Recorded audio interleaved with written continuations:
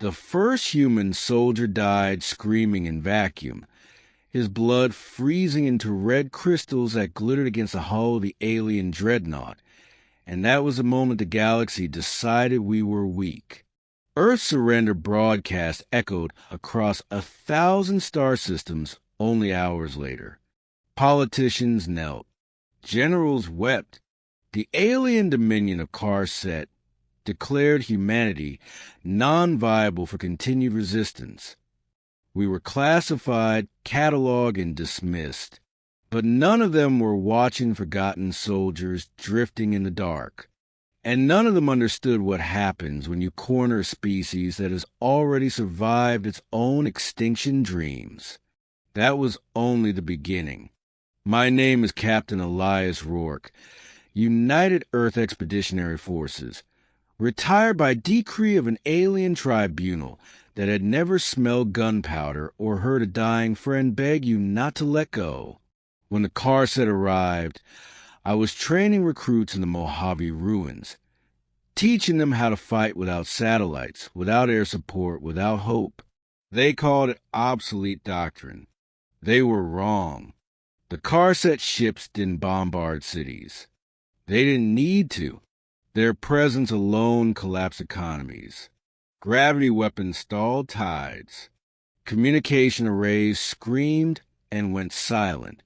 Within 3 days, Earth's orbital defense grid was scrap metal tumbling toward the sun.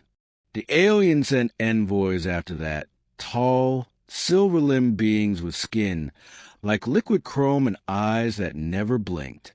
Their leader introduced itself as strategist Veilfriend, voice calm, almost kind. Humans are emotionally inefficient, Veilfriend said to the assembled World Council. You fight bravely, but without optimization. Surrender ensures survival.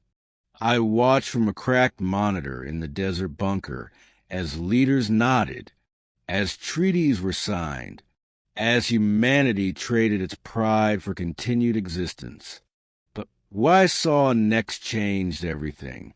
Hidden beneath the surrender clauses was an annex, a quiet one, a clause that allowed the Dominion to neutralize redundant military assets. That meant us, Black Ops units, unregistered soldiers, the ones trained to fight after the war was already lost. Within hours, Karset Hunter drones descended on forgotten bases across Earth. They never found mine, because we were already gone.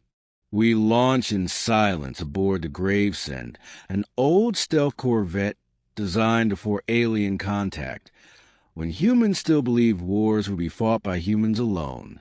Its hull was scarred, its engines temperamental, but its crew, 47 men and women who had nothing left to lose, were battle-hardened in ways simulations couldn't measure. As we slipped past the debris field of Earth's orbit, one of my lieutenants, Mara Kincaid, whispered, "Sir, do you think they even know we're out here?" I didn't answer, because I knew the truth. They didn't care. The Dominion didn't fear us. Their war doctrine was mathematical. Threats were calculated by industrial output, fleet size, energy signatures. Humans scored low. Our emotional volatility was logged as a weakness, not a weapon. But war isn't a spreadsheet. Our first target wasn't a fleet. It was a listening post orbiting Tau Ceti, a nerve center that fed Dominion commanders real-time data.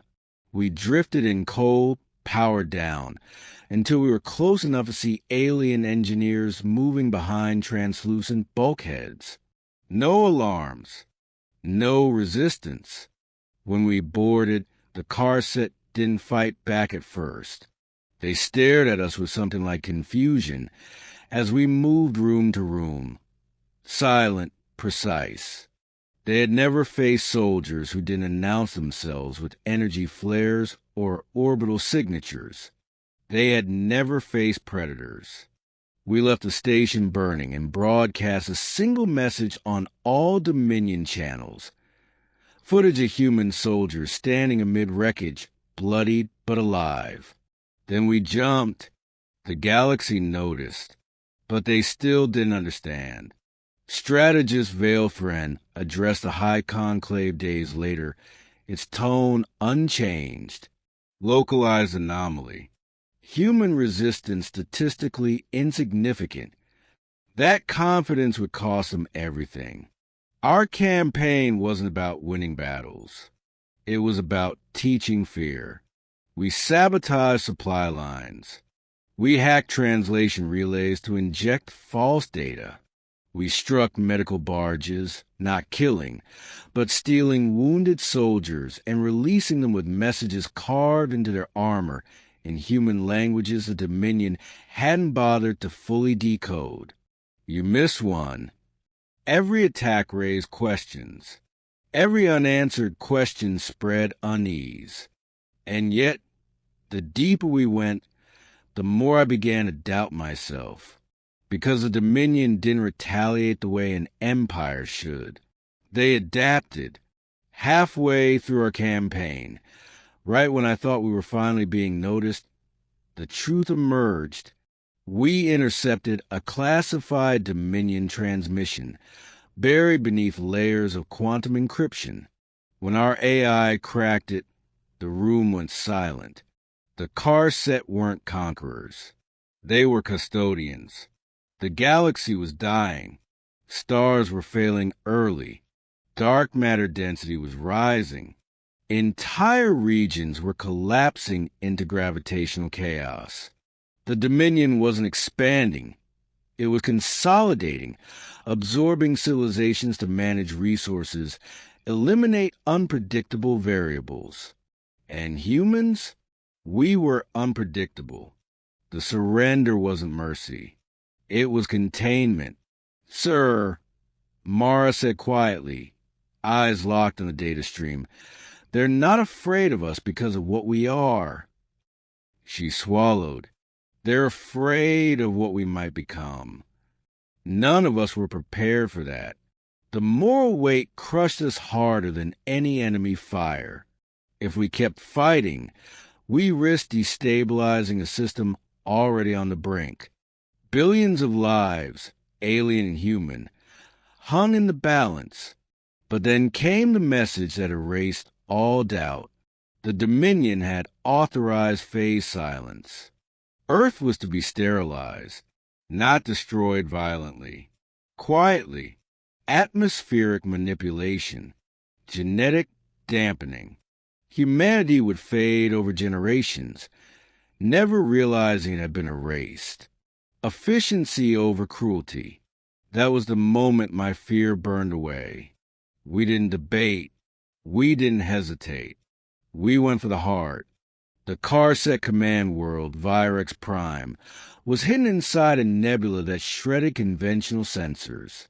An impossible target. Untouchable, unless you were willing to fly blind. The Gravesend took hit after hit as we pushed through ion storms that tore other ships apart. Crew died. Systems failed. We kept going. Because Earth was behind us, and extinction was ahead. We breached orbit under fire from defense platforms that had never tracked a human ship before. They adjusted too late. Boots hit alien soil. The capital was beautiful, spires of light and living metal. Cities grown rather than built.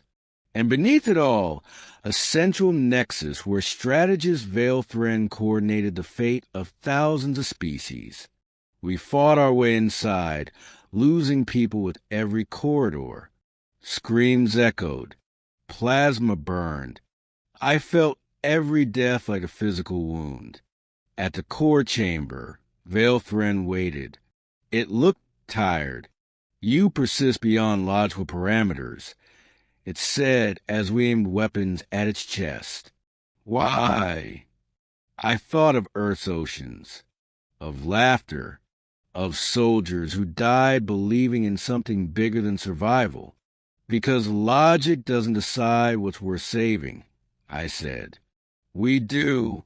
Veilfriend revealed the final truth then, that the Dominion's models showed one outcome where the galaxy survived.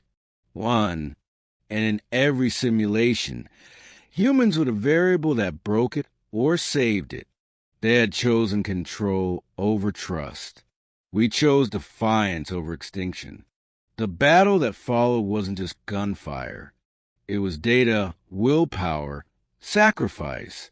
We overloaded the Nexus, forcing the Dominion to decentralize, to give every absorbed civilization autonomy again. Chaos erupted across their empire, but so did possibility. As Virex Prime burned behind us, we escaped with less than half our crew. The galaxy fractured, but it lived. Earth lived. Months later, a message arrived from a new coalition of species, former Dominion subjects. They called humans the unaccounted variable, the ones who refused to fit the equation.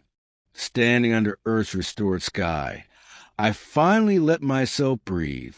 They thought humans were weak, but they forgot one thing. We don't fight because we calculate victory. We fight because some things are worth defying the universe for.